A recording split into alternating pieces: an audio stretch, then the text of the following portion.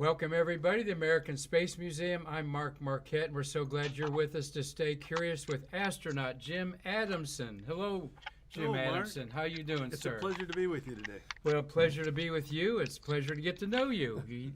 Jim Adamson was a mission specialist on what I call the middle section of our great shuttle era on STS-28 and STS-43, which when I first met Jim, I said, 43, that's Richard Petty in NASCAR. That's an easy one to remember. But how are you doing? And glad to have you here. I know you follow the program a little bit. Yeah, well, I do kind of watch from afar now. I don't participate much anymore, but it's good to be down here on the Space Coast where I can at least see a launch once in a while. Yeah, and did you see the one this morning? I did. It was a beautiful launch. Beautiful day. It was a pretty launch, and, despite all the haze and stuff over there. But I lost it in the sun later on. But yeah, it was those nice morning launches aren't very good. We used to broadcast them to our Stay Curious people once in a while, and we need some afternoon launches. That looking in the midday sun is wicked. Well, we're going to enjoy a nice conversation here with Jim Adamson. So tell your friends, to go grab a snack and come on back, because we're going to have this gentleman is a two-time astronaut, but more importantly to me, he's had an entire career that could be a whole career of itself. Okay, he was the first chief operating officer and built the United Space Alliance that for the last 12 years of the shuttle managed all of that. You've been on the Columbia and Challenger accident boards. You have been very influential with Lockheed and as far as a businessman is what I'm trying to say. What I'm trying to say is this guy's a tremendous space business leader, and we want to hear a little bit about that as he's put his own spin, his own signature on our shuttle era there. Jim, I wanted to ask you just a little, we're going to have a little bit of space history here before we start, but we do want to thank Hyatt Place. Now let me get ahead of myself there. Thank you to Hyatt Place Hotel for sponsoring Stay Curious here in our Hyatt Place studios inside our Titusville Museum. This is a very beautiful museum, hotel, Jim. It's right beside 405. Going into Kennedy, you've noticed it beside the Boeing building there. We're going to have an event there. April 16th, we are going to celebrate the 50th anniversary of the U.S. Congress approving $5.5 billion to build the space shuttle. This was under the Nixon administration. It was by a slim margin that passed, I believe, and kind of under the radar. So we've got a panel discussion of three launch directors there: Jim Harrington, Bob Seek, Mike Leinbach. Jay Honeycutt, KSC director, is going to enlighten us there. Astronaut Mike McCulley. And we're still fluid. We got some things that we're lining up with speakers and vendors. So mark down April 16th to come to the Space Coast, the Hyatt Place, from about 9 o'clock till 5 o'clock. We're going to have celebrating the golden anniversary of the dawn of the space shuttle era. 50 years. Can you imagine that, Jim? Goes by quickly, doesn't it? Yes, and this gentleman was involved in a lot of the avionics and fluid dynamics of the shuttle, am I right? Aerodynamics. In there. So we've got that going for us, but I wondered in 1955, Mr. Jim Adamson, did you see Walt Disney's Tomorrow Adventure series that aired on this date, March 9th, in 1955, Man in Space televised, all right? Walt Disney and Werner von Braun there. An incredible audience of 42 million people watched Walt Disney's weekly series. Now, Jim, there was only 172 million people in America in 1955.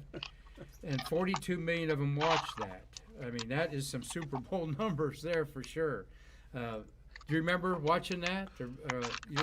Mark, our family didn't even have a television in 1955. Oh, my. All right. Well, we're going to get into that because he grew up in Warsaw, New York. But I wanted to mention that. There we are. We've always got to have the customary NASA youthful photos of you in there. But so I did want to mention that the influential to so many of us, to inspire us. We didn't know about space until we saw these Walt Disney shows and what people were thinking about and the You know, Mark, dreams. the first time I got interested in space or really knew anything about it at all was when I was in ninth grade algebra class. Our principal turned on the radio and over the PA system broadcast the launch of Alan Shepard. Okay. And so I heard the launch of Alan Shepard in May 5th, May 5th. 1861. Yeah, from school, and that's what excited me about the space program. Okay. Well, tell us about growing up in Warsaw, New York, which is kind of south of Buffalo, isn't it? Yeah, Southeast of Niagara area. Actually, I was born in Warsaw because that's where the hospital was. That's the closest hospital. But I grew up in a little town called Groveland, which is barely even on the map. It's in Livingston County, along Conesus Lake, and it's in the western, what's called the southern tier of New York, south of Rochester. And it's all farming country in the Finger Lakes area. And so We're good. Marty Winkle, my cameraman's adjusting okay, the microphone there for us, Jim. let me know if you can't hear me back there. Trying to get you balanced. But so I grew up in a farming community in a very small rural area, and not too many people had televisions back then, but they slowly sprinkled in the 60s. 1961 to 1991, 30 years later, you're orbiting the Earth. How did you ever think of how in the heck did that happen? Well, it took me 23 years to get there, but I finally made it. I was worried that I wouldn't get there, but it was always my life's ambition to fly really? in space. Yeah, Okay. ever since I was a young man. When you were in, and I'm going to mention this kind of early, when you were in space, astronauts have a request for a song to be played as a wake-up song, okay? And I pulled off our great internet that one of the songs you had played on your 7th day of your STS-43 mission was Cowboy in a Continental Suit. And I listened to that, Jim, before we came on live here. I listened to Marty Robbins' version there of it. That kind of getting to know you a little bit, that must fit you, that you chose that. Well, it's all about a song, and never judge a person by what they wear or what they look like, because this guy got on a horse called Brute and tamed it. Am I right? In the song? That's right. It was actually that song was done by several artists, but there's a story behind it because the guy that did it for me was a guy named Chris Ledoux. Okay. He did a version. Marty Robbins also did a rendition of it, but I knew Chris Ledoux personally, and he's gone now. But he actually did a lot of Sons of the Pioneers songs, and Okay. and there were a number of people that thought that one was a good label for me, so I ended up getting that for my wake up music. Cowboy in a Continental Suit. Don't judge a man by the cover there, in there. And well, you have a distinguished look. You always have your mustache. Okay, we've talked about that. I've been rocking a mustache most of my life. So you kind of strike me as the kind of astronaut that loves being under the radar a little bit. Is that true? I think that's fair. Yeah, I'm not. I've never been a big fan of the glitz of public relations and getting out in front of large crowds. So I would prefer to be behind the scenes. Well, you have been behind the scenes in some of the biggest boardrooms in space business, for sure, including both advisory boards for the Challenger and the Columbia disasters. How did your experience being an astronaut prepare you for this leadership role that you became so good at? Actually, my experience as an astronaut, I don't think did much for that, Mark.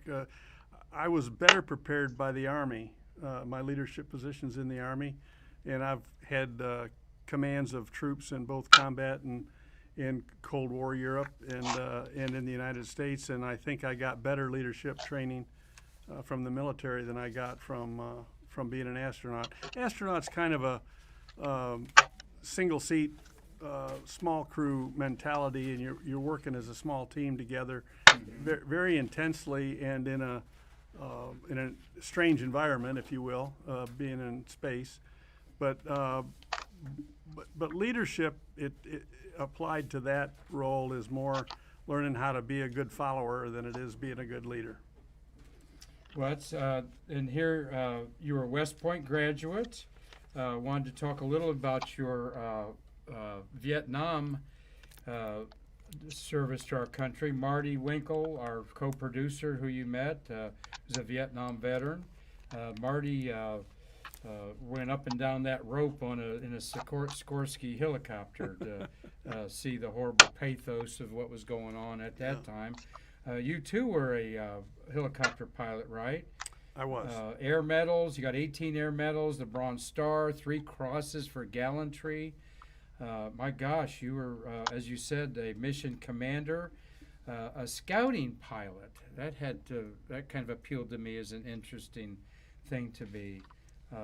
And of course, a team leader over there during the Vietnam conflict. Anything else you'd like to say about that? Well, I'll just offer that I flew with an air cavalry troop, and the air cavalry in modern warfare is like the ground cavalry or the horse cavalry in the Civil War, and their role is to scout ahead and develop the opposition, find out and define where the enemy is, and cause them to deploy their forces so that the main body of troops and forces can engage them effectively. So it's basically scout them out, locate them, pin them down, and cause them to start to exercise their firepower. That never changes, those tactics, no matter whether it's the Civil War or the brink of World War III here that we're looking at. We're talking to Jim Adamson, a 2-time astronaut, almost 14 days in space. He was on the Space Transportation System number 28, which was actually 28R, as you well know, another accounting measure for astronaut, for the government to keep track of things. And then STS-43. 28 was a top secret Department of Defense mission, but 43 was, we'll talk about that in a minute, flown with some very interesting astronauts. John Blaha is always fascinating to me, as is Shannon Lucid, and you got to spend some time with both of them in there. We'll talk about those missions in a minute. Wanted to not leave his West Point career without saying you are pretty good with a pistol, and you were a championship pistol champion with your team at West Point, and tell us a little bit about that. What kind of pistols did you shoot, and do you shoot targets and indoor, outdoor back in the day? Well, that fascinates me. Well, I grew up shooting firearms of various kinds on the farm, so I wasn't a stranger to firearms, but I got into pistol shooting at West Point by accident because I broke my shoulder wrestling, which was my primary sport. Oh. And I ended up re-breaking it, and the flight surgeon, or the doctor surgeon, said that I wasn't allowed to wrestle anymore. So that was my primary sport, so I ended up shooting a pistol as an alternate sport. And then finally had good fortune enough to become captain of the West Point pistol team, and we won the NCAA championships twice, and I got to be an All-American pistol shooter at West Point.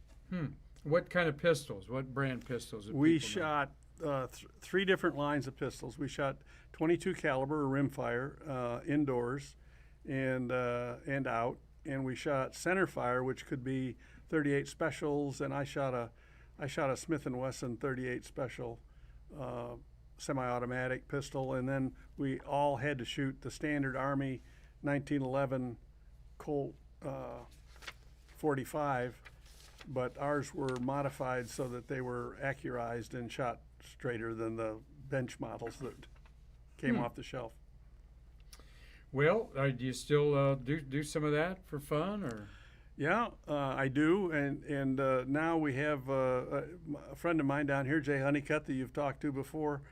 We've been out shooting our pistols at the local range down here, and sometimes you even make it to a match. Cool. Well, Mr. Jay Honeycutt's in the house with us here. You brought him as your show and tell, you said, Yeah. which is good because I know you're all good friends. Hey, Jay, we're going to have Jay on here in a couple weeks and talk about NASCAR and how the shuttle thermal protection system was the heat helped NASCAR in their cockpits where their feet would really get hot. But thank you, Jay. Good to see you guys here today. We also had a great interview with Jay about a year ago in there. And we're going to have Mr. Honeycutt at our event celebrating the golden age of the space shuttle. So a lot of firsts in this gentleman, Jim Adamson's life here. We're going to talk about, towards the end of the program, you were involved with the first email from space. He was the first chief operating officer of the United Space Alliance that he helped form. You were the first flight after Columbia, first flight of Columbia after 51L, which was kind of important, STS-28. Wanted to hear a little bit about your test orbit digital autopilot. You were pretty involved with automatic autopilot on the shuttle that was flown on 43.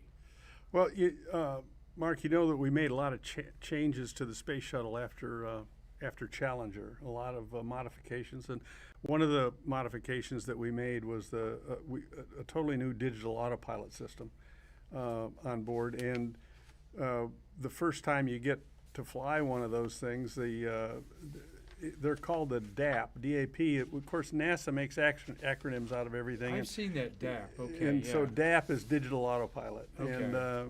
And so I got to do the flight test on orbit, which is the first time we actually flew it on orbit and checked it out which was just like doing a bunch of loops and rolls, manual stick maneuvering the orbiter around in space. So it was great fun to do that test, and I was lucky enough to get to do it. But you weren't the pilot. You got to do. No, but I was a pilot. I mean, you were a pilot. So yeah. that's the reason I got to. Cool, yeah. I hadn't heard of a mission specialist taking over the stick. Well, unless you're a pilot, you probably wouldn't have gotten to do Right. that. Well, I know you're qualified, but there's a lot of people qualified that maybe didn't do that. And then that is how status quo was using that from STS-43 and 91 for the next 20 Yeah, years. it was just to verify it, just Uh-huh. to verify the performance of it, that it operated according to plan. Well, you were in, I call the first third of the shuttle era, of course, is up to STS-25, when I say NASA was so arrogant that they told people, forget your single-stick rockets. We're taking everything up in our, right? Yeah, They did. yeah. They were like that. They thought we'd do 3 or 4 a month, all right? And you were in some of that beginning stuff. The middle thirds where you flew, where we were starting to do things to, one, learn how to do science in the labs, as well as build things on the space station. And you were involved with ammonia coolant systems or heat pipes. heat pipes and stuff on STS-43. Things that you don't think about, folks, the nuts and bolts that you train for. STS-43, the big thing was to launch the TDRS satellite. Yeah. That was the size of like about 2 Greyhound buses squashed together in the back of the vehicle, and then we had a bunch of scientific experiments in addition to that. Well, let's get into your missions here with Jim Adamson. Of course, I'm going to take him down memory lane. He hasn't been in space for a decade or two, so you know, I don't know how much you really think about it sometimes. Both your missions are in August, and I don't know if there's a time in August where you just think like, you know, 30 years ago, that was interesting. Well, it's a great time to fly. You think about August is one of the months of the year when the northern hemisphere of the Earth has the clearest skies and the most cloudless opportunities for photography. So, for example, on STS-28, when we were flying at high inclination orbit, I got a great picture of Moscow, one of the first pictures that was ever taken of Moscow with a cloudless sky in the summertime. And in many others, we got a picture of the Panama Canal, which is almost never cloudless. So there was a lot of fun things on STS-28. And another little tidbit, Mark, that many people may not know is if you put the timing together, 1989 is when Reagan was negotiating with Gorbachev for perestroika. Mm-hmm. And right after Challenger, we flew a bunch of Department of Defense missions off all at once. Bang, bang, bang, bang, bang. Several. If you go back and look at the flight manifest. Well, I've got it right here on my scroll here, Jim. Yeah, there were many Department of Defense missions that flew. You were the fourth one, 28. Yeah. And, oh yeah, there's 28, 33, 36, 38, and 39. Now think about this, and this is something your listening audience may not know. Think about how that might affect the negotiations between the United States and Russia over the end of bringing the curtain down. Yeah. So it had a little bit effect on it. There was a lot of capability that was launched during that period that wasn't up there before. Wow, I never thought of that. From his mission, August '89, to November '90, just a year and a half, 4 DoD missions. And Jim, the only missions that were flown in between there were astronomy missions: Galileo, Hubble, Ulysses, and Astro 1, and they retrieved the LDEF. And a few months after that, the wall came down. The wall came down after that. Interesting. I love that. I'm going to look into that a little bit more. Wow. That's why I've got my scroll here to look things up there real quick, too. Well, let's get into a couple of the pretty pictures of your missions here, Jim. We got to show how stylish you are up there. You have to show how young I am? How young you are, yes.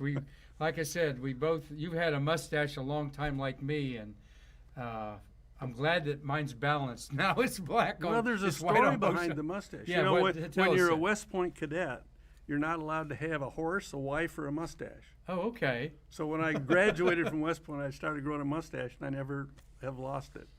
Well, there we go. There we go. I think mine was part of the news business in there. But there you are, checklist. This is 34. This would be 43, I believe. The Defense Department missions. There aren't many pictures for a good reason. I know I put this in here for a reason. There's your NASA photo that in the blues. There you are in space. But then you're an expert on the Return to Flight Task Group with C-SPAN. And they call you Colonel James. Forget he's an astronaut, okay? 580 humans have been an astronaut. Couldn't they have just put that up there, Jim? They've got Colonel up there. I guess they forgot. They forgot. Huh? But that number 580, being a baby boomer, that seems so low, in 60 years of space flight. Yet it just shows how hard it is, right? It's not easy. It still is. Even today, it's not easy. They're making it look pretty easy. Yeah, they're doing much better. Yeah, in there. Would you cut into the chase? Would you get on Elon Musk if you qualified Dragon and go up there? Oh, sure. Sure. Okay. Yeah. You fly anything. Never right? pass up a chance to go to space. Well, I also heard from astronaut Harrison Schmitt, never pass a restroom. Yeah. When you're an astronaut too. Right. He said that's the best advice he got from Tom Stafford was don't ever pass a restroom because someone's always going to be wanting to talk to you. You find that to be kind of true. That's true. That's definitely true. But I wanted to show, Mr. Adamson has been an important behind-the-scenes businessman and leader of NASA. You are still on some advisory councils, right? I'm on the Space Station Advisory Council with Tom Stafford, incidentally. Okay. He's the leader of our band of How's the general astronauts. doing? He's doing well. He's 92 years old. No, he's 90. He was 90 in September. Okay. Don't push it there, Mark. Don't make him older than he is. Yeah, right. He's doing well. Good. Well, he's a good supporter of our museum here too, and gave us some cool things to auction off and whatnot. But so you're still very active in the space station, which you were involved with the space station when it was called Freedom. Yep. Right. And with Mir, the Russian Mir program. And the Mir program. And the shuttle flew to the Mir. Right. Yeah, those are fascinating missions. All right, we're going a little scrapbook here of Jim Adamson, astronaut. There you are at Mission Control. Oh, good. Whittle is the guy in the foreground. Yeah, Dave Whittle. Yeah, Whittle there. I remember that name there. You were Capcom and all that kind of stuff? No, I wasn't ever Capcom. I started out in the back room before I was an astronaut on the aerodynamics console during flight test of shuttle. Mm-hmm. And then here I moved up to the front room, and I was the GNC, Guidance, Navigation, and Control Officer in Mission Control on the first 11 flights of shuttle. And that is your wheelhouse, guidance, navigation, and the aerodynamics on there is what your expertise is. And in fact, Jim taught those at West Point. Right. For several years, right? 3 years. Yeah. I was up there. So you've made a big impact on a lot of people in different sectors, from education to business. Even the center director down here. Yeah. Janet Petro was my student at West Point. Oh, was she really? Yeah. Janet was. Okay, we've been efforting getting her on the program, but obviously they're busy Yeah. with Artemis right now. Well, we'll love to talk to her about what a good teacher you were. Yeah, when we you'll get have her to and talk stay to- curious there. The patches of the shuttle, of course, have a lot of not necessarily hidden meaning, but symbolism to them. And Jim, you were with two missions that I really enjoy the patches of. This was one of the first ones that boldly used the eagle on there. And I know that sometimes part of an astronaut crew getting together is deciding what their logo and patch is going to be. Did you recollect anything about that with this patch? Well, as you know, Columbia was the last of the vehicle, I think third after Challenger, but it was the first flight of Columbia after Challenger. And Yes. Challenger was our return to flight. And I think Endeavour was Rick Houken at 26. Mm-hmm. And then I think No, Discovery. Discovery, that's yeah. right. Yeah. And we wanted a patch. We thought we were actually going to fly 28. We thought we were going to fly after 26, and but then we got moved because Columbia wasn't ready to fly, and we wanted our patch to represent a return to flight of the orbiter and a safe return, guided home by the American Eagle. And that was the idea, is to have the Eagle bringing us home. Well, that's a beautiful patch. I like that one. I'm very involved with our eBay and kind of, to keep my memory fresh is trying to memorize as much of this stuff as I can. It's a lot of fun. We'll talk about that in a minute. There's your crew of STS-28. There, we've of course had your commander Brewster Shaw. Richard Richards was on his first flight as a pilot. You were a rookie, and so is Mark Brown. And David Leesma was your other experienced man there. We had 2 Air Force, 2 Navy, and 1 Army. Okay. I actually saw a picture of you guys in your military uniforms, but it was such a low resolution I didn't want to put it up there. The photo days are probably a whole day, aren't they? Yeah. You remember those days and stuff? Yeah, it was a big exercise to get the photos done. Yeah. We had Sharon McDougall is the African-American woman at Houston that was the suit room person. Remember Sharon? Yep. In there, she did a Stay Curious a couple weeks ago, and it was a very good show. And she's really got some stories, but she's very protective of those suits. I'll bet. She said she was freaking out when the dogs were in there with Leland Melvin, and they're worried about that his dogs would mess up stuff in there. So we wanted to show a picture of you in with the that's the left to the right side would be Brewster Shaw, because he's in the left-hand seat, and then the pilot. Oh, there's Richards. You're behind the pilot, rocking your mustache back there in seat 3. And with 5 shuttle astronauts, we talked to this before. There's seats for 4 at the top of in the cabin, and then so everyone else has to get in the mid deck. And you, sir, got to ride in the mid deck on both your missions on a launch, and then on this one, of course, you were launched on the cabin in seat 3, but you rode back by yourself. All alone down there in the cabin by yourself with the 4 other guys on reentry. And then you experienced the launch of 43 by yourself underneath there. I was just wondering if if you remember that,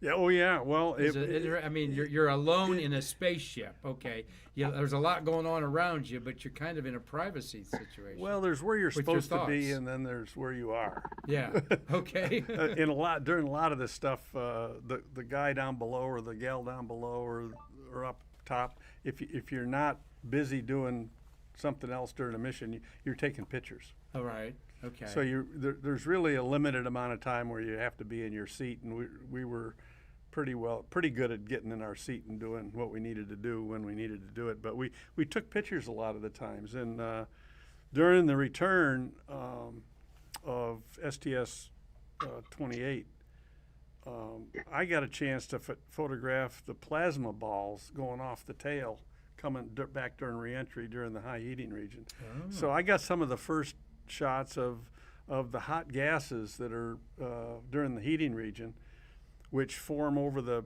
tail of the orbiter, and it's a pretty spectacular fireworks display. Oh, because you were looking out the back window. Yeah, out the overhead over window. the cargo base, you see in the Yeah, window. you can see in the pictures Yeah. right over Mark Brown's head, there's 2 windows that look out straight up over the top of the orbiter. And Marty's going to point them out there. Yeah, Thank you, right up Marty. in there. Yeah. And you can, if you stand up behind the seats and you look out those windows, and you can see the plasma fireball rolling up over the back of the orbiter and going out over the tail, and it forms what's called a plasma bottle, and it actually shoots just balls of fire off the back as it's coming in. Huh, I've never. Did you take movies or stills? I took both. Oh, did I you? took both. I'll I have to got look that up. Yeah. Look that up on there. They're somewhere in the archives. Somewhere in the archives. When's the last time you got together with these guys? Is that I don't think there's. I saw Brewster not long ago at the Saturn V exhibit when we had an astronaut memorial ceremony where we brought some new people into the Astronaut Hall of Fame, and Brewster was there, and I got a chance to talk to him. Marty, we've got a question. Yeah, Mark Usiak wants to know if you have any Triple T stories, Travis Thompson stories. Oh, The White Room, Travis Thompson. Mark Usiak is our photographer who wants to meet you, Jay Honeycutt. Mark Usiak and you're going to get together when he's down here in a couple weeks. He really is anxious to see you because Jay helped him get on top of the VAB, one of the first people to photograph. Remember that? No? Well, you got time to remember later. We'll refresh your memory there. well, to answer the question, I know Travis, but I don't have any stories that I'd dare tell in public. Those are tales from the White Room that remain silent in there. Thought I'd throw this in there after you land and change your clothes and you go out there and look at sometimes what a close call you had. But I've read that you had one of those little gap fillers was sticking out and did some anomaly on the re-entry. We did have some damage to tiles, and that was kind of relatively early in the program, and it wasn't unusual to have some tiles come off or some pock marks in the tiles, especially the underside. So we had but I would classify it as a routine amount of damage to the tiles. Got to keep the tile shop busy here at the Cape when they have to there you go. have to turn the vehicle around. So. Well, you being an experienced Vietnam pilot, you weren't, you'd be used to seeing bullets or something in your vehicle. Anything you can walk away from. Anything you can walk away from. There you go. Well, in between your STS-28 flight and STS-43. Oh, I got to talk about this before we go. We'll go there. I've got to show you Bonosphere. the skull. And many of us don't know this, but NASA on 3 missions put a human skull in space, a women's skull, to study radiation doses. They did this first time on yours, another first, 36 and 31 they did it on. We called her Bonnie. Tell us about that. This is a little-known chapter of space biomedicine. Well, it was called the Bonosphere because I don't know why it was called the Bonosphere, but it was. And the purpose of it was to measure radiation dosages. And this little thing that looked like a head was actually calculated to match pretty closely the density of the human head. And it weighed about 25 pounds. It was actually pretty heavy. But the purpose, we carried it on board. It was inert, and we just carried it on board. And as we were exposed to radiation, the different particles, the X-ray and the gamma and the beta, alpha beta particles, would penetrate this skull, and the traffic could be retained and recorded, and it actually told a story when we brought it back. We on 28, I can't remember whether it was 28 or 43, but I think it was 28, we had a solar max period. We flew during a solar max period, and that's the highest period of solar activity. And so we got a pretty high dose of radiation, and I'm sure that interested all the doctors that analyzed Bonnie when we got her back. But that's what the purpose of that skull was. And we're headed to another solar max here in a few years as the sun goes through an 11-year cycle. I wish people would consider more of the sun in our global warming situation here, because it is a variable star and does affect things on there. So that's interesting. Affects climate and weather too. Yeah, affects climate, exactly, and affects as we're increasing sunspots on the sun, it's building up. We had a minimum that lasted about 3 years. Now we start seeing more sunspots. Well, this heats up the sun, and what heat does 93 million miles away is expands the Earth's atmosphere. That's what happened with why Skylab came down early, it was during a solar max in there. That's why these Starlink satellites came down early. Astronomers like me didn't shoot them down, okay, although we'd love to, because they're interfering with our lights, our photos. They actually had it's a solar prominence, event that travels from the sun to the Earth. It takes about 2.5, 3 days, and where part of Earth it hits can affect it greatly. So, but what I wanted to, all right, so we're done with your mission there. We're almost going to go here to your STS-43, but you had a 1-year period there between your missions where you became the Director of Shuttle Processing Analysis from September 89 to 1990. And what did Jim Adamson do? You reduced the shuttle processing time by 30 days, from 80 days to 50 days. That had to be significant. How did you do that, and how did it impact the shuttle the rest of its era? Well, that's when Jay was down here, and I was working for Jay, and I think he thought that title up just to make me feel good. But actually, we did work on process enhancements. But the one of the things that I think we did that was the easiest and contributed the most to reducing the processing time was getting all the different elements talking to each other with the same language. So when we first started working on this after Challenger, there were a lot of different obviously there are a lot of different moving parts to shuttle processing, but there were the OPFs, the VABs, the pads, and when they put the schedule together, a lot of times the people in the tile shop weren't talking to the people in the OPF, and the people in the OPF weren't talking to the people in the VAB. And somebody would show up to work in the VAB, and there'd be scaffolding up, and they couldn't do the work, and so it got pushed back to the end of the. So what Jay and I worked on the hardest, and it was a cultural thing more than anything else, was to just get all the elements of the integrated schedule working together. Mm-hmm. And being truly integrated. We said it was an integrated schedule, but it really wasn't integrated. I need to bring one of those integration boards that you guys have had with all the bars of where everything is and everything. My gosh, what a thing to look at! And that, when it got computerized, I bet it was a better thing. Good in the when you were doing this is sort of the dawn of the space age. Internet, not being used not in business exactly, but did that help?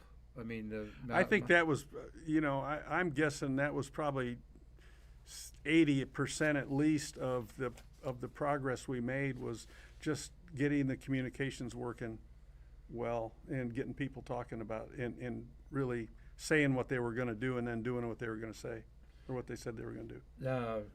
Well put there. One of my favorite items we have in our Space Workers Gallery, and Marty knows I'm going to say he thinks it's so silly, is the AVO, Avoid Verbal Yeah. Order form. In actual form, folks, it's in triplicate. That if I'm going to tell Marty I'll be at a meeting at noon, I've got write it out and hand it to him, and then file it and hand it there. And today we've got the emails and so forth on there.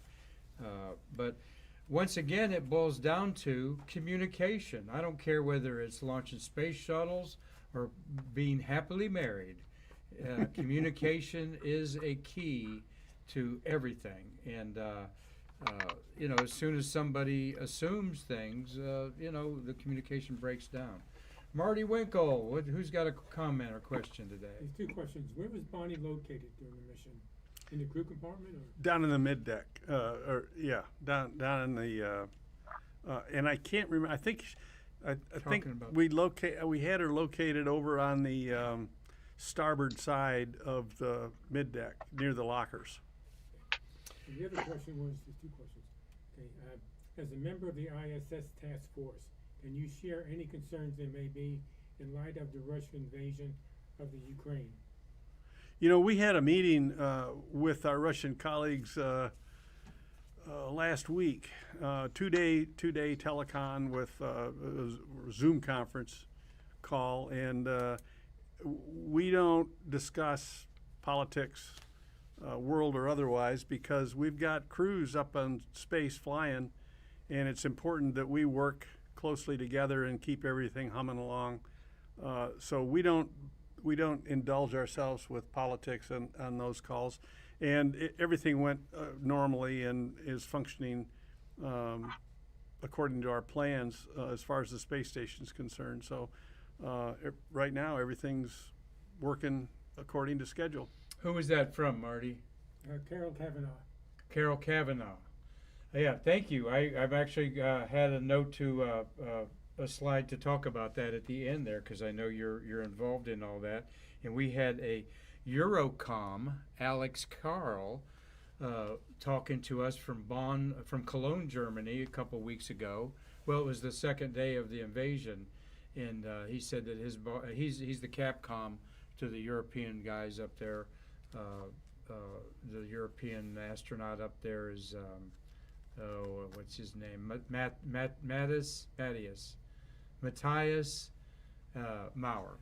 Maurer's up there. But he said, yes, it was status quo. We're not involved in politics. We got so much work to do here. Focus on that, and so forth and so on. So, good question. Well, we're enjoying a conversation with Jim Adamson here, two-time astronaut, one of the premier executives of our space program throughout the years. And STS-43 here, we got to talk about a little bit about your crew. Here's your crew there. You got Shannon Lucid, there's yourself. John Blaha was your commander.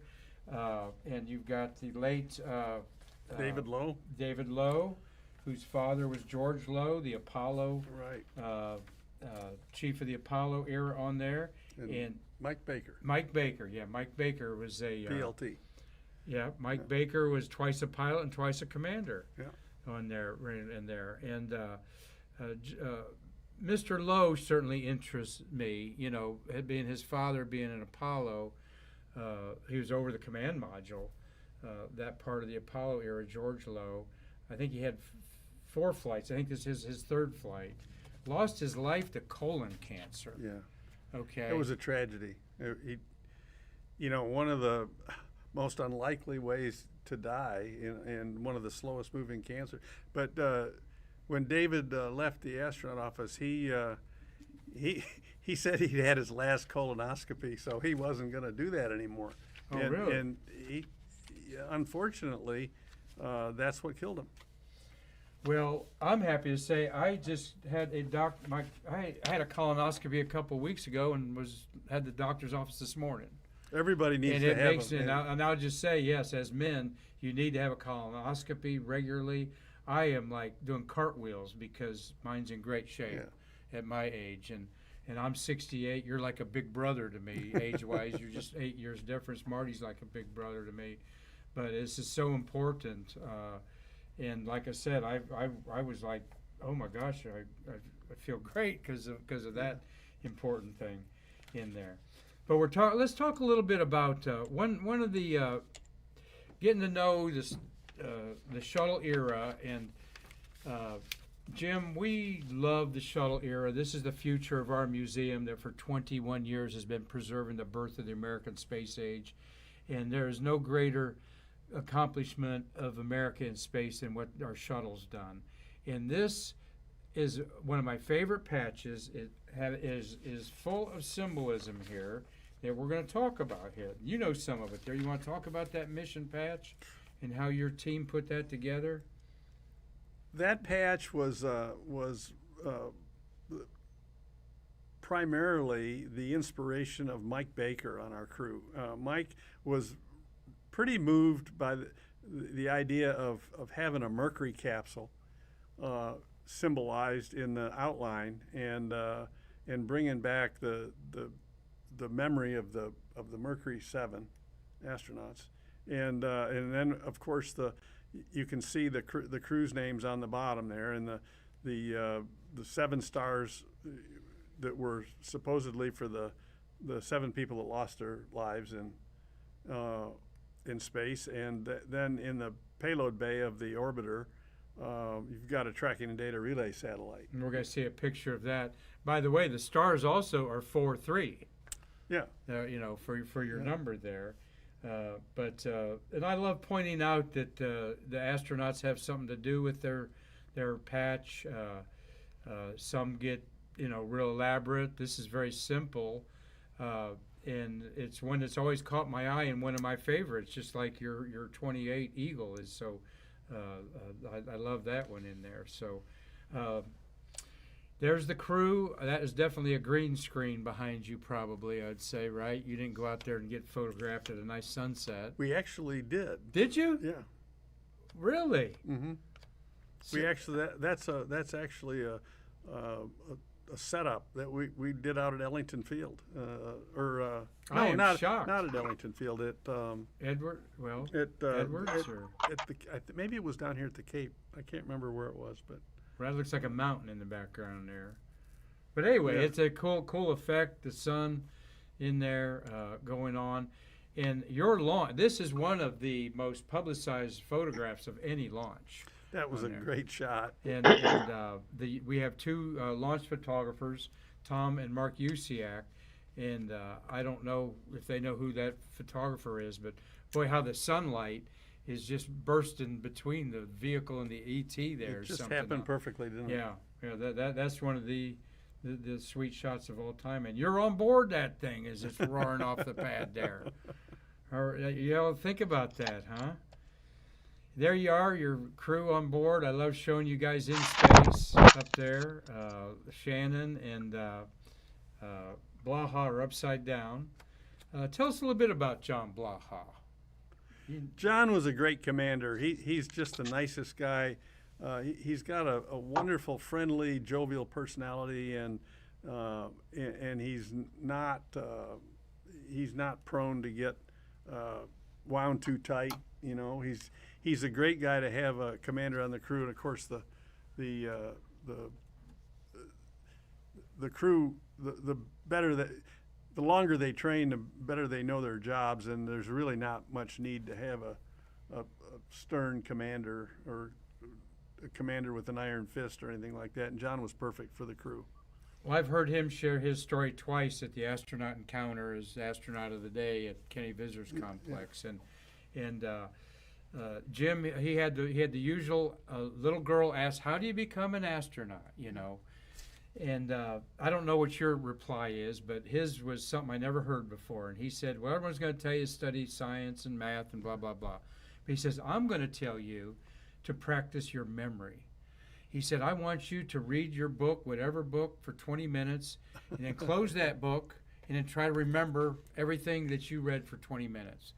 And how old are you? I'm 8 years old. Well, when you're 18, everyone's going to say, boy, it's great to have a photographic memory.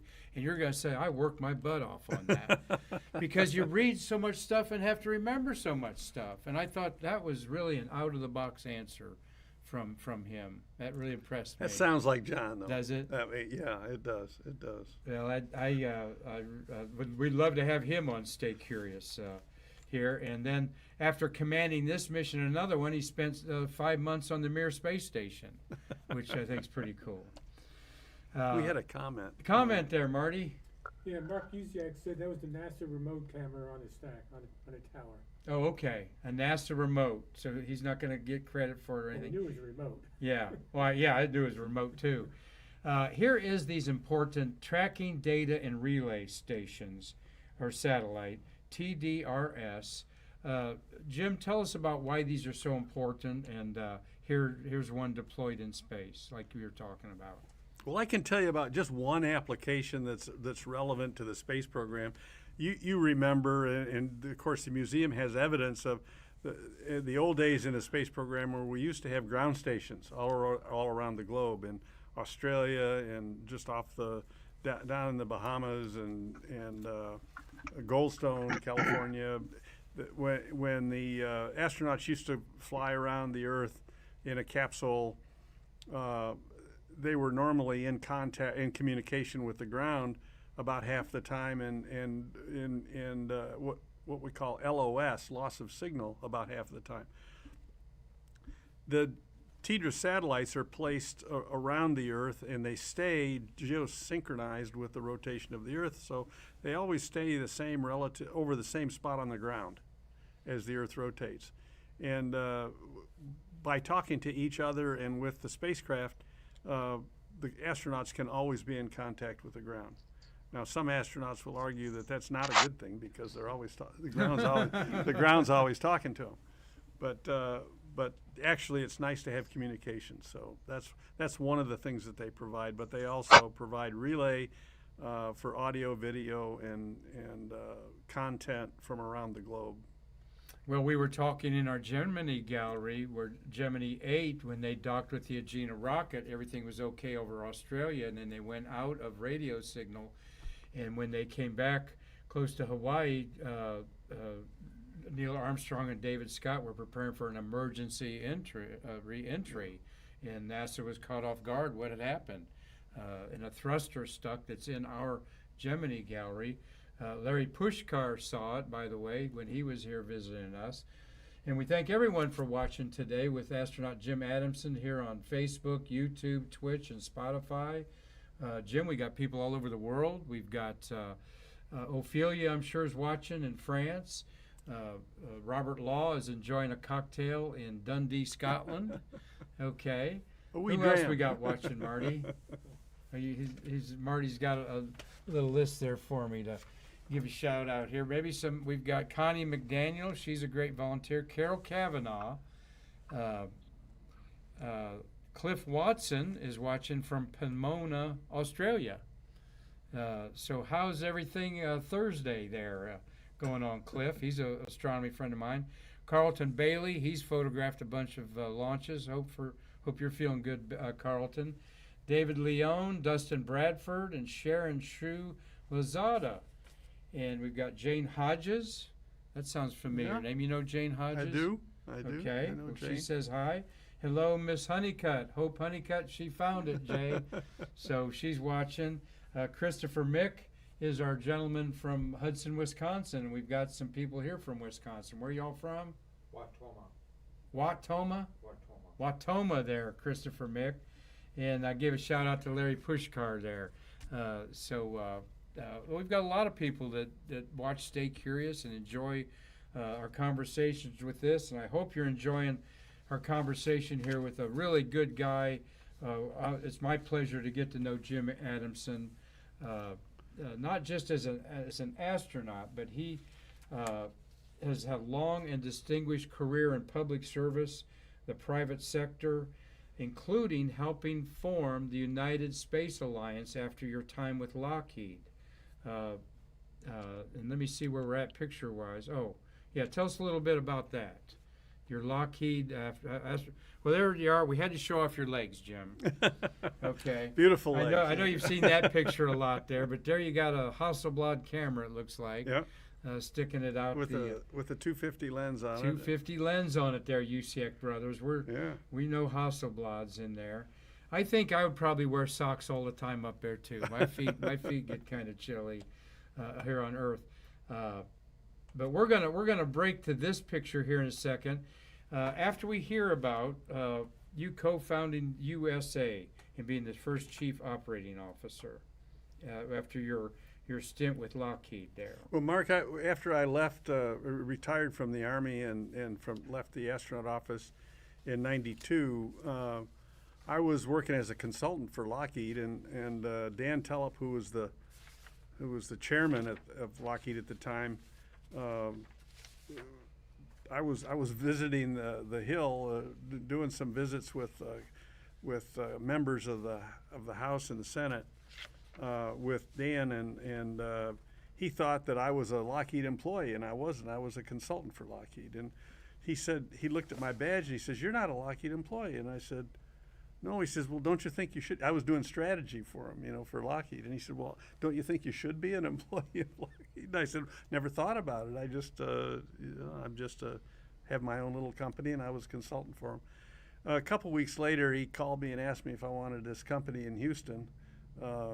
So I ended up going to work at this company as the vice president for Lockheed Engineering and Sciences Company, LESC, in Houston, which was an engineering company working for NASA.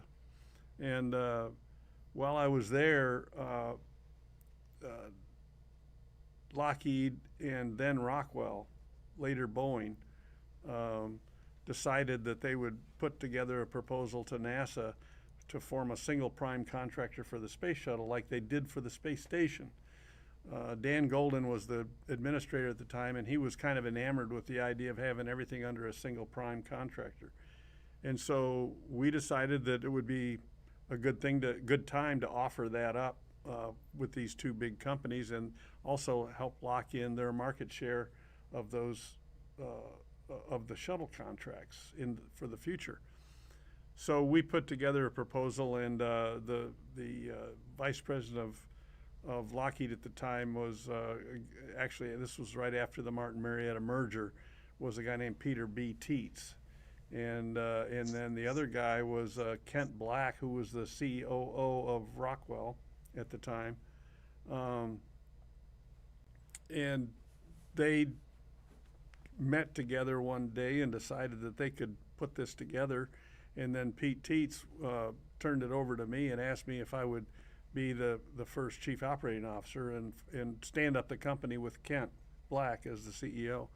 And so I accepted that challenge, and this was in August of '95, I think, if I'm not mistaken. We started in August, September of 1995, and then we, over the period of the next year, we stood up. We actually put the first 10,000 people on payroll in June of '96, and by October '96, I think we finally had the negotiations completed for the first phase of the contract, and then later we had phase 2 and 3 and 4. So, which became a $1.5 billion yeah. company that then managed the entire shuttle program for its last 12, 13 years in there. And many of you out there know your USA, United Space Alliance, and it made them take the USA off the shuttle orbiter, didn't they? Yeah. Because they didn't want people to, I mean, that was kind of a weird thing. Well, when we started out, we had plans for commercializing part of the shuttle. We were going to actually take one of the orbiters and fly commercial payloads on it to help offset some of the cost of the program, to reduce the cost further. And unfortunately, that never saw the light of day. But we did put together a business plan to do that later in the, I think in the 98, 99, 97, 98 time frame. We had pictures of the orbiter in the stack out of the pad with Energizer batteries on it, on the SRBs, and we had it all painted up like a NASCAR race car. Right, yeah. Because we thought we would offset with some advertising revenues, and we were going to NASA car. We were actually going to offer lotteries for people to fly in space, like they're doing now, and then have the returns go to education. That was the idea. We couldn't take the revenue from that ourselves, but we could return it to the people, the taxpayers, through donations to education. So the idea was to run lotteries and create revenue that way. Well, we're talking to Jim Adamson, two-time astronaut, but he has been in board meetings that you couldn't believe, I'll bet. Just the people you've met and the ideas that have been thrown around and so forth. What's that like to be in these think tanks and be such a respected leader? You've been looked to. I can see your resume that you didn't stay long at a lot of places, not because you probably didn't want to, but because someone offered you somewhere else to go. Is that right? Yeah, I mean the phone keeps ringing and you keep answering it. And I see a lot of 4 and 5 year places where you landed, but then where you went to was even used all your talents. I got you're interested me when you said what do you tell the kids when they ask you how do you become an astronaut? And what I typically say when people say how did you cram so much stuff into your life? And I said, my answer to that is the same thing I tell my kids.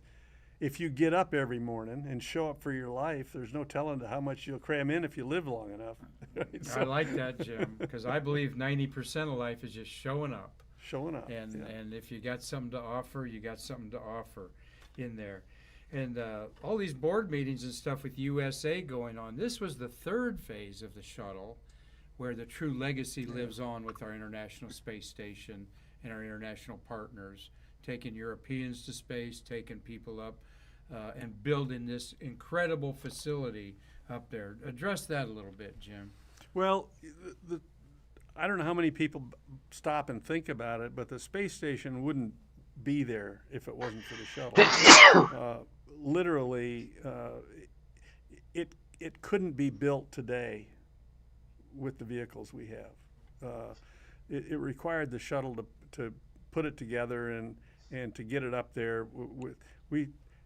On STS-43, we set, for a very short period of time, we had the record for the maximum payload weight to orbit on STS-43 with that TDRS satellite. And a couple other satellites you deployed too, right? Yeah. Right, but that was broken during the space station days when we were carrying the heavy payloads for space station, and those were the heaviest pieces. And excuse me, it takes. In fact, we've pondered several times about how we're going to get it apart to orbit it when the end of life comes without the shuttle.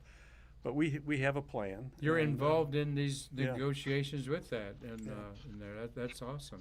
So there is a plan. Yeah. And what can you tell us about that plan? Well, the plan depends on, it's got several branches. It depends on what happens at the end of life and how much time you have. For example, the plan is one thing if you get a rapid decompression. Right, yeah, that's a different plan altogether. That's a different plan. If it's a determined end of life, you boost it, you boost the orbit, and then you control. You can control the piecemeal deorbit parts of it, and then. But the idea is you got to get enough fuel up there to make sure that it lands where you want it to. And most of it will burn up, of course, coming in. But and there is a graveyard in the Indian Ocean where there's a graveyard in the Indian Ocean. Yeah, a lot of these things there. Well, we've enjoyed talking with Jim Adamson here. We're going to segue into the ending of our program here with something fun. Marty Winkle, my co-producer for 2 years, Jim, we've been doing this. Born out of the pandemic, over 500 episodes. We've been doing this, and we've really enjoyed Mr. Adamson, haven't we, Marty? We got another question? More did the commercialization of the shuttle fail? I'll lock up. Why did the commercialization of the shuttle fail? Okay. As with most things, it didn't have enough support in Congress. Welcome. I mean, Mr. Man, the space shuttle, like astronaut. most things that NASA does, is the ownership is the taxpayers, You too? and it really You needs too? to have, I'll when see you make a Tuesday. decision like that, to transfer from government control to commercial control, it really needs to have the Looks there. backing Well, and the Mark is approval of supposed to call the in, American people, and and the way Gabriel we will be there. determine that is how So much support we get in Connie's Congress. supposed to be there, and Bill. Good question, Marty. Yeah. Last I heard, she is. And Well, as I Julie. said, some of the fun of Sheila. being an astronaut is doing I mean, Oh, definitely. Yeah. been researching this gentleman. There's hardly nothing you can ask an astronaut that they've not been asked before. I don't worry about that stuff. I'm impressed by the photography. There's always a photographer around you, you know. Well, it all boils down to And there's some pretty meetings. good boardroom pictures And we had I saw you one meeting, posed and And stuff with what we did is the myself shuttles and stuff Bill like that. But and you get the new Tammy stuff. You get to play with the invited, brand new stuff all the time. That is So in Nick to lunch. 1991, tell us And we what said, you have here let's that invite you're playing Mark, with, and and we you can know where talk I'm going with this. having a meeting without him knowing we're calling First a meeting. email Did that in twice. there. But officially, we only had Which one meeting. 43. But we're going to have, I got the patch there. because he asked me one time when I complained about it, he's like, why don't you schedule the First meeting? email. I said, how can I schedule the meeting? Yeah. I Yeah. forgot all about that. You did. Well, that's why we're here to help you stay curious. I forgot there. all about that. Yeah, we're gonna, we I'm did sure have you a and Jay will be laptop there. talking on the way home or going over to Dixie Crossroads. Gee, I hadn't thought about that in 20 years. I haven't, honestly. Oh, really? honestly. Well, you were in the book of Guinness Book of World Records, you and Shannon Lucid, for doing the first email from space. Okay. Yeah. And this is on a Macintosh. There was a patch for it. Okay, Mac in Space 2. All right. I'm not sure who originated this, but there you got Space Yeah. Station Freedom Yeah. on the left. And I don't know what LBNP stands for, but that's the Caduceus kind of thing of That medicine. stands for lower body negative pressure. Oh, okay. And you know, when you go to space, your fluid shift in your body. Mostly when we're on Earth, and the gravity pulls most of the 2/3 of the fluid in the lower part of your body. Uh-huh. And the in space though it redistributes, so it's evenly distributed. Lower body negative pressure just pulls it back down where it simulates gravity. Okay. Well, there's a special patch, and the first email from space was you and Shannon Lucid to Marcia Ivins, another Yeah, astronaut at yeah. JSC, on August 9th, 1991, and it said, "Hello, Earth." Why don't you read it, Jim? Hello Earth, greetings from STS-43 crew. This is the first Apple link from space. Have a great time, wish you were here. Send cryo and RCS. Hasta la vista, baby, we'll be back. The very first email from space, all right? And, yes, Marty. Larry Bushgar is asking, was the shuttle just too complex of a machine to keep going?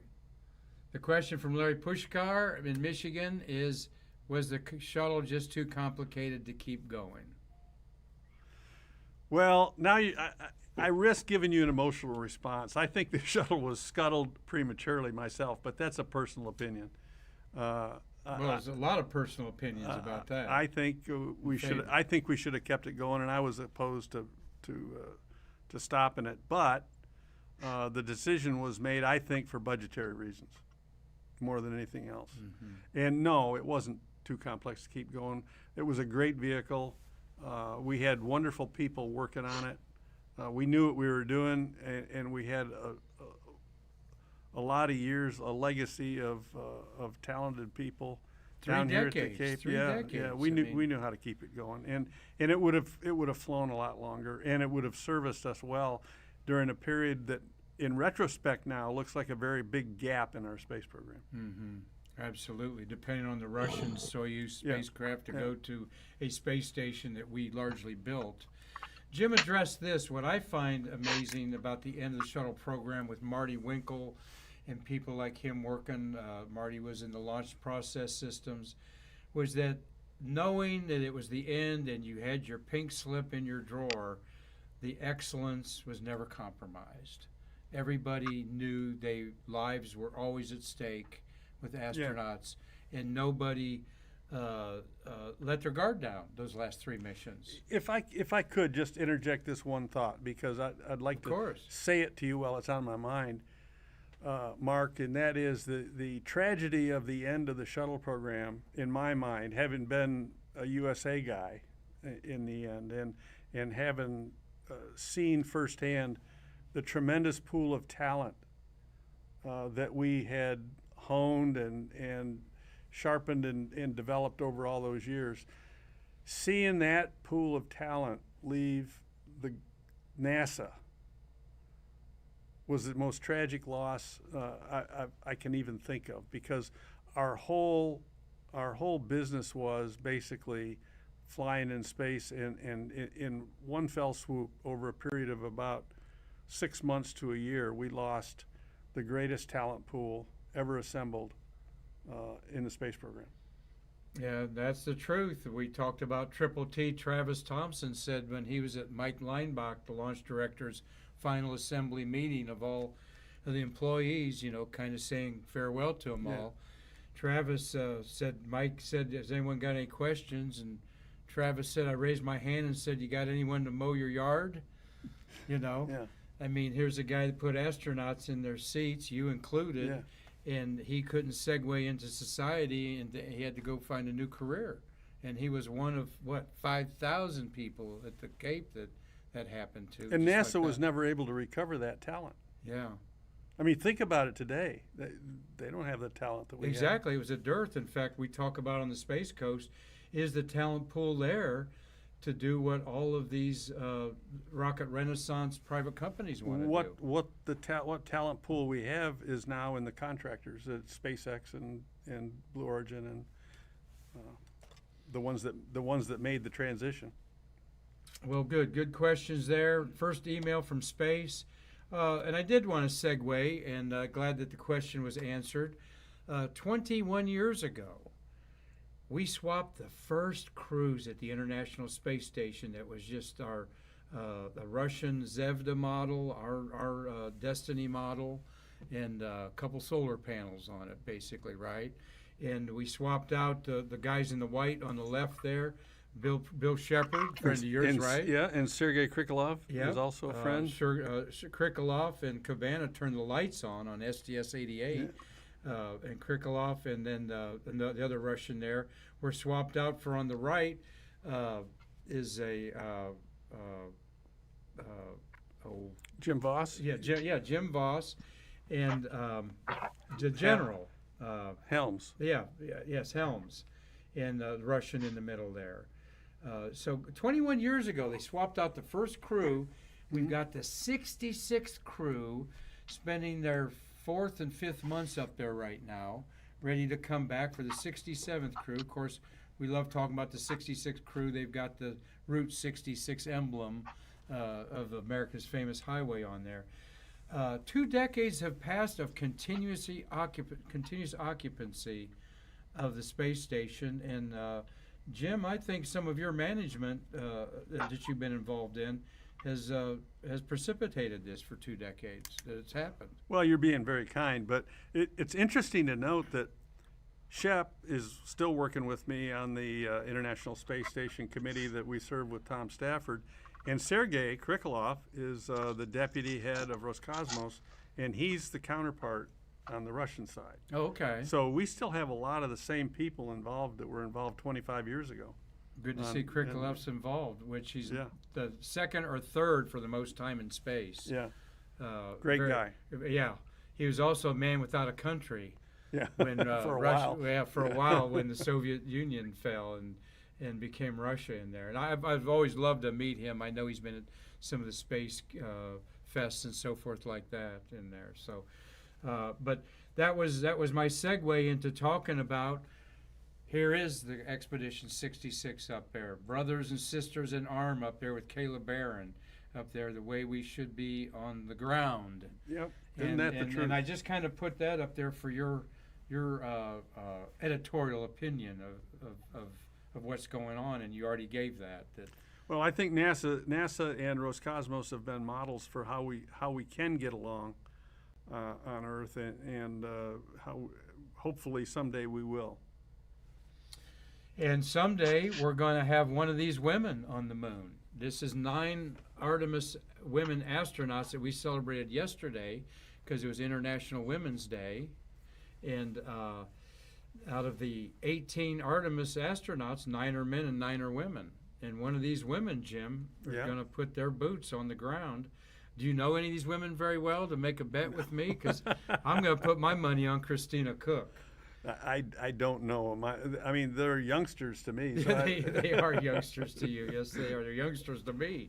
Actually, not so. Stephanie Wilson's in her 50s, and Stephanie's the most experienced of them all with 3 shuttle flights there.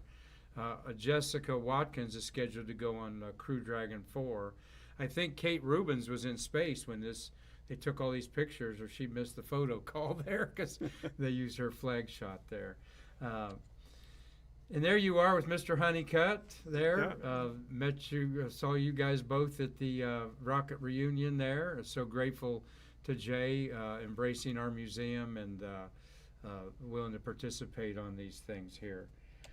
So we've had a great conversation here. I want to remind everybody that we are going to do a golden era of the shuttle, anniversary of the shuttle, April 16th. That's Easter Saturday from 9 to 5 at the Hyatt Place Hotel. That's become a sponsor of ours. We sure appreciate them. Mr. Adamson, anything that I've so enjoyed meeting you and getting to know you, and like we mentioned, this is a real national treasure, is what we call them here at the Space Museum. Not just being an astronaut, but your leadership in the whole shuttle era. Is there something we haven't talked about that you'd like to share with our Stay Curious watchers there? Well, Mark, it's been a pleasure to be here with you, and I can't think of anything we haven't covered. I think we've covered everything. Good. How'd you enjoy our little museum here, your first time in here? I think I was really impressed. You know, this is the first time I've been inside the museum. I've driven by a number of times, and of course, Charlie Mars was a friend back in the day, and so I knew he had something going out here, and I knew you were here, but I just never made it over, and I'm really glad I finally got inside and looked around. It's quite impressive. You've done a great job. Well, not me. We're Charlie Mars, definitely our godfather, and our executive director, Karen Conklin, who you met and has been with Charlie for almost 20 years. We have got a great team here under her. We are all so passionate about preserving your legacy, Yeah. not your individual legacy, Our legacy. but our legacy as this wonderful space station built by our shuttle, which John Blaha said in his talk that he thinks it'll be 100 years before another reusable shuttle-type vehicle will be built by any country because of what it took to assemble it all. And then, like you said, they dismantled it too early and should have held on to it. But do you agree with that it would be a while before we have another space plane like that? Well, if we're talking about a winged land like an airplane vehicle, I think he's probably right. Of course, a lot of the commercial guys are making headway into the reusability aspects already. And as Jay and I drove out here this afternoon, we saw one of SpaceX's boosters hanging from a crane that they're getting ready to refurbish right out here at the Kennedy Space Center and reuse again. So that has been a game changer, the reusable first stages and rockets. Of course, we reuse the shuttle engines, those mighty SSMEs that are going to be used on Artemis. I think they have 18 of them left and then dumped in the ocean. But the technology has changed our world. That's what we want to celebrate in April. And we're so glad that you were here to help celebrate it with us here on Stay Curious. Jim Adamson, everybody, thank you for your kindness. I certainly enjoyed the things that you had to say. I think one thing that sticks with me immediately is that the commanders of a space shuttle, don't have to command like a commander that you would think in the war situations you were in. More important that they form a cohesive team, because you're actually operating like fingers on a hand when you're when you're on a crew, and that's developed with not just a command structure, but also a repetitive knowledge of what needs to be done and doing it over and over again, and everybody backs up everybody else so that there's always somebody behind you that can do your job. And as a crew, you train hard enough to learn how to do that, and once you do, it's pretty automatic. Well, and that's high level people doing their job and respecting each other, and more importantly, communicating with each other. Communication is key. In there. So, Jim Adamson, thank you so much for sharing your time with everyone here at Stay Curious. I know people around the world have enjoyed this. Marty, do we have any final comments or thoughts from anybody out there? Well, we will enjoy doing this again for you all and Stay Curious. We hope that you all can book a tour here in our wonderful museum. Plan to, because we've had a lot of good groups here. We've got several people, like I said, from Wisconsin here today enjoying it. So on behalf of our wonderful museum here and our guest astronaut Jim Adamson, I'm Mark Marquette, and we will see you again tomorrow to bridge the space between us.